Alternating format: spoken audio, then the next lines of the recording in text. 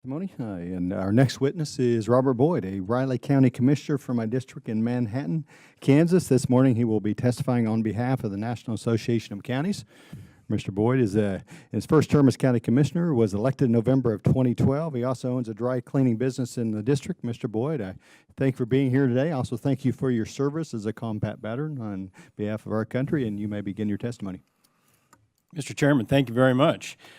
Chairman Hulskamp, Ranking Member Chu, and members of the subcommittee, my name is Robert Boyd, and I serve on the Board of County Commissioners for Riley County, Kansas.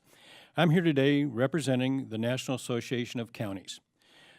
As both a county elected official and small business owner, I'm honored to participate in today's hearing. Located in northeast Kansas, Riley County has a mix of both rural and urban areas. Manhattan is our largest city and county seat. We have over 75,000 residents and are home to Fort Riley and Kansas State University, two major economic engines for our region. We often hear that the U.S. economy is recovering from the Great Recession, but it's hard to feel this recovery on the ground in our state and counties. National and statewide economic data do not always paint an accurate picture of the local situation because every county has its own unique challenges and opportunities. To provide a national perspective on the state of county economic conditions, National Association County releases County Economies, an annual report on economic recovery and growth patterns across the nation's 3,069 county economies. The report looks at annual changes in 4 economic performance indicators in each county: economic output, or GDP, employment, unemployment rates, and median home prices. In 2015, counties across the country showed some signs of economic recovery, particularly on unemployment and home prices.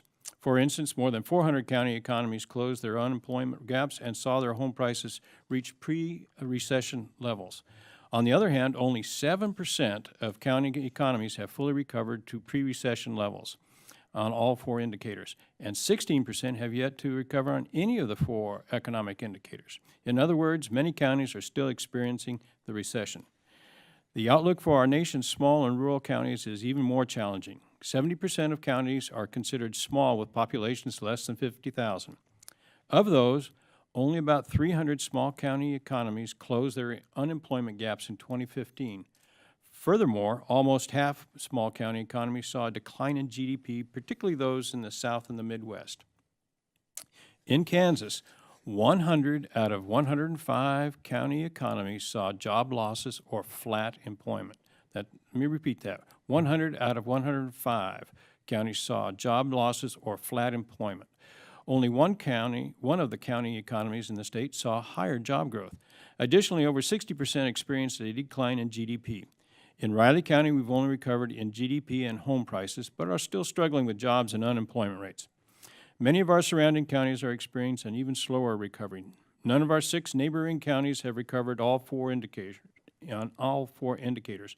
Most of them saw declines in GDP and jobs. And we're not alone. Many rural counties face similar headwinds. At the same time, small county governments must provide mandatory service and comply with the same regulations as our suburban and urban counterparts. We have to do it all with limited ability to generate revenue and without economies of scale. While we face serious challenges, we are addressing these issues and strengthening our communities. We are supporting small business incubators and training programs, facilitating access to capital, and making major investment in critical local infrastructure. All of our efforts are aimed at fostering conditions for economic growth and improving the quality of life. In Riley County, we've partnered with Fort Riley, Kansas State University, the Kansas Department of Transportation, the U.S. Department of Transportation, and other local governments in the region to develop the Flint Hills Area Transportation Agency. This collaboration helps to connect our people to jobs, education, and healthcare. Programs like this help small businesses like mine to tap into regional workforce and position us for future growth. In conclusion, while some county economies have seen improvements, there are still a long way to go, especially for small rural counties.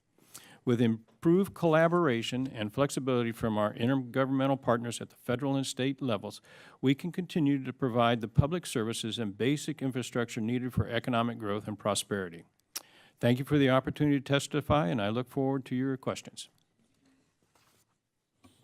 Thank you, Commissioner Boyd. I appreciate your testimony. Thank you for being with us here today. I now